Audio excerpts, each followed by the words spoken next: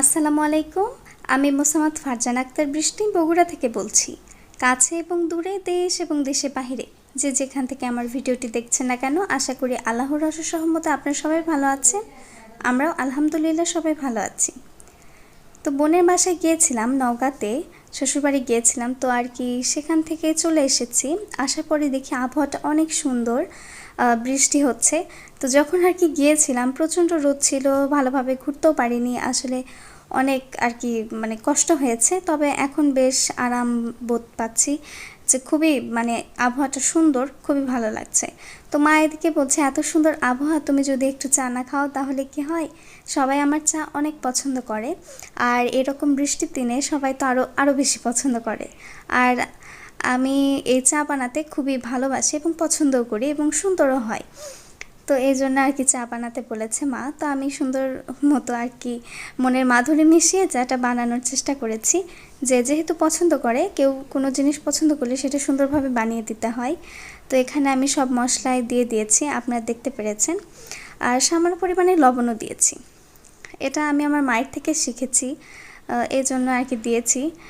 দিলে একটা অন্যরকম ভালো লাগে, মিষ্টি ভাবটা একটু বেশি পাওয়া যায় যখন চিনি অ্যাড করা হয়। তো তারপরে এদিকে চা হয়ে গেছে, এখন আমি নামিয়ে নেব কাপে কাপে। এই কাপটা আমি খুবই পছন্দ করে আর কি মেলা থেকে নিয়েছি, আমার কাকু কিনে দিয়েছে। খুবই পছন্দ হয়েছে।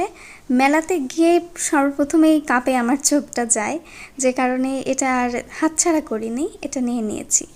এদিকে চাটা ঢেলে নিচ্ছি, যদিও ক্যামেরা এক হাতে আর এক হাত দিয়ে কাজ করছি, প্রবলেম হচ্ছে। তবে কেয়ার করার, যেহেতু আপনারা এত পছন্দ করেন এই ধরনের ভিডিও, যে মানে আমি সারাদিন টুকটাক কী কাজ করছি না করছি, সেজন্য আর কি নিয়ে আসার চেষ্টা করেছি।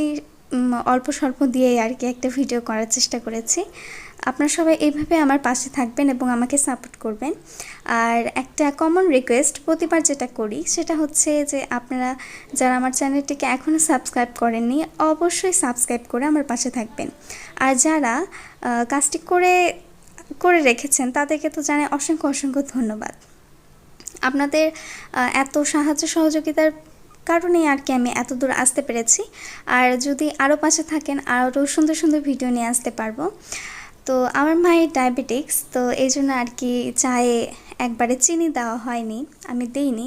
কারণ তাদের একটু কম খেতে হবে, আর আমি যেহেতু একটু বেশি চিনি খাই, একটু বেশি মানে ভালোই বেশি খাই, এটা একদমই ঠিক না। এই জন্য আমি বড়দের অনেক বকাঝকা খাই যে তুমি সব দিকে খাওয়া দাওয়া মেনটেন করো, আর চায়ের এদিকে এসে একদম অনেকগুলা করে চিনি খাও, এটা একদমই শরীরের জন্য ভালো না। তা আমি আসলে বললাম যে আসলে মেনটেন এদিকে করলেও এদিকে আমি পারবো না, আর এদিকে মেনটেন করতে চাইলেও হয় না। চায়ে চিনি না হলে আমার একদম শান্তি লাগে না, মনে হয় যে খাবোই না চা, এরকম একটা মনে হয় যে যদি মিষ্টি মিষ্টি না হয় তাহলে আমি চা খাবো না। তো তারপরে এরকম আর কি দুইটা চা সাজিয়ে নিয়েছি, আর এখানে মুড়ি নিয়েছি। আমরা সবাই মুড়ি খেতে অনেক বেশি পছন্দ করি চা দিয়ে আমরা বিস্কিট বলেন অন্য কিছুই বলেন, আমাদের অত পছন্দ হয় না, ভালো লাগে না, স্বাদ পাই না আর কি চা খেয়ে। এদিকে আমি আমার কাপে মুড়ি দিয়ে নিয়েছি, ওদিকে মা আমার কাপটা নিয়ে নিয়েছে। যদিও আমার ছোটো বোন নেই, থাকলে ও যে একটু ডিস্টার্ব করতো, ওর আরেকটা কাপ দেওয়া হতো। তো ও চা খাওয়ার সময় প্রচুর ডিস্টার্ব করে, মানে ঠান্ডা করে গরম করে, মানে কি করে না করে হুঁশ পায় না আর কি। তো এদিকে আবার ওর স্কুল ছুটি হয়ে গেছে, যদিও ও যাওয়ার সময় আবহাওয়াটা খুব ভালো ছিল, তবে ও যাওয়ার একটু পর থেকে বৃষ্টি শুরু হয়ে গেছে। তো তারপরে স্কুল থেকে আসার সময় এগুলো নিয়ে এসেছে, বাবার সঙ্গে জেদ করে এগুলো কিনে নিয়েছে। বাবা এগুলো পছন্দ করে, তবে বাইরের জিনিসটা খাওয়া মানে অতটা ইয়ে করে না, বলে যে বাসায় করো, বাসায় রান্না করো, এটাই খাওয়া হবে। কিন্তু আমার বাবা ভাজা পোড়া অনেক পছন্দ করে, তো সেজন্য আর কি তার মনে হয়তো বা টেনেছে, যে কারণে কিনে দিয়েছে। এদিকে ভেলপুরি নেওয়া হয়েছে, ভেলপুরি নিয়েছে, 3টা নিয়েছে, 2টা আস্ত আছে, একটা ভেঙে গেছে। আবার এদিকে শসা দিয়েছে, এদিকে আবার ডালের মতো এটা দিয়েছে। তো ওটা তো ক্যামেরা সহ খোলা যাবে না, তাও আমার ছোটো বোন ধরে আছে দেখে তাও অনেকটা ইয়ে হয়েছে।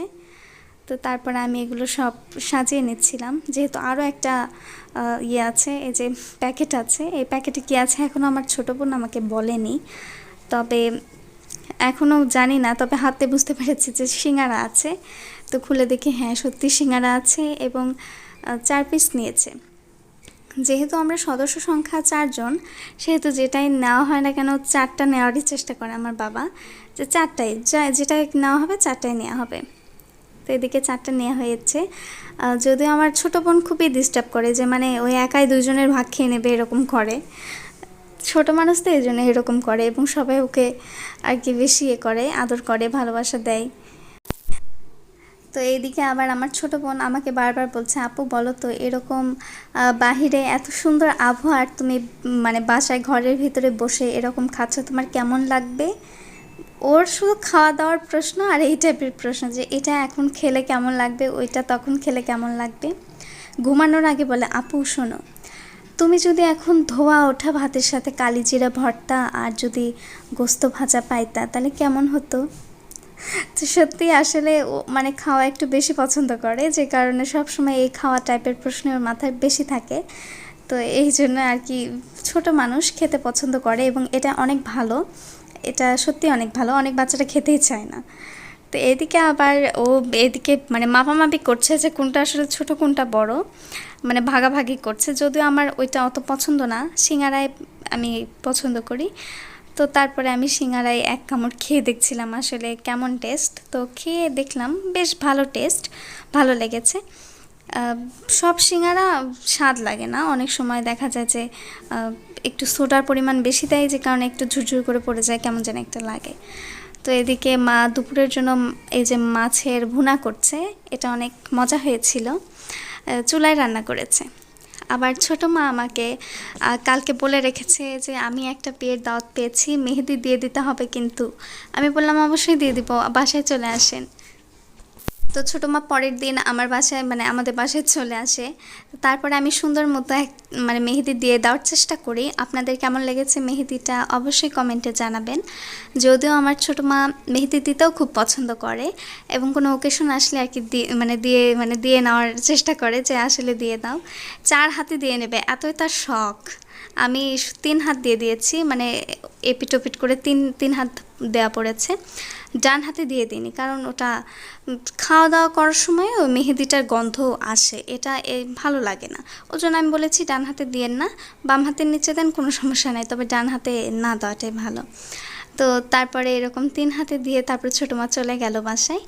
এদিকে আবার পরে আমি রাতে যখন আমার কোনো কাজ নেই, অবসর হয়ে বসে আছি, রাতে সেরকম কোনো কাজ থাকেই না, তো তখন আমি আমার হাতে এরকম মেহেদি দিয়েছি। মেহেদিটা কেমন লেগেছে অবশ্যই অবশ্যই কমেন্টে জানাবেন। আর আমারও মেহেদি দিতে অনেক অনেক ভালো লাগে, যে কারণে আর কি কোনো অবসর সময় পেলে আমি মেহেদি দেওয়ার চেষ্টা করি। মেহেদিটা আমার পছন্দ হয়েছে, আপনাদের কেমন লেগেছে সেটা অবশ্যই কমেন্টে জানাবেন। আর যারা আমার ভিডিওটি এখন পর্যন্ত শেষ পর্যন্ত দেখেছেন তাদের অসংখ্য ধন্যবাদ। ভিডিওটি আজকে এখানেই শেষ করছি। আল্লাহ হাফেজ।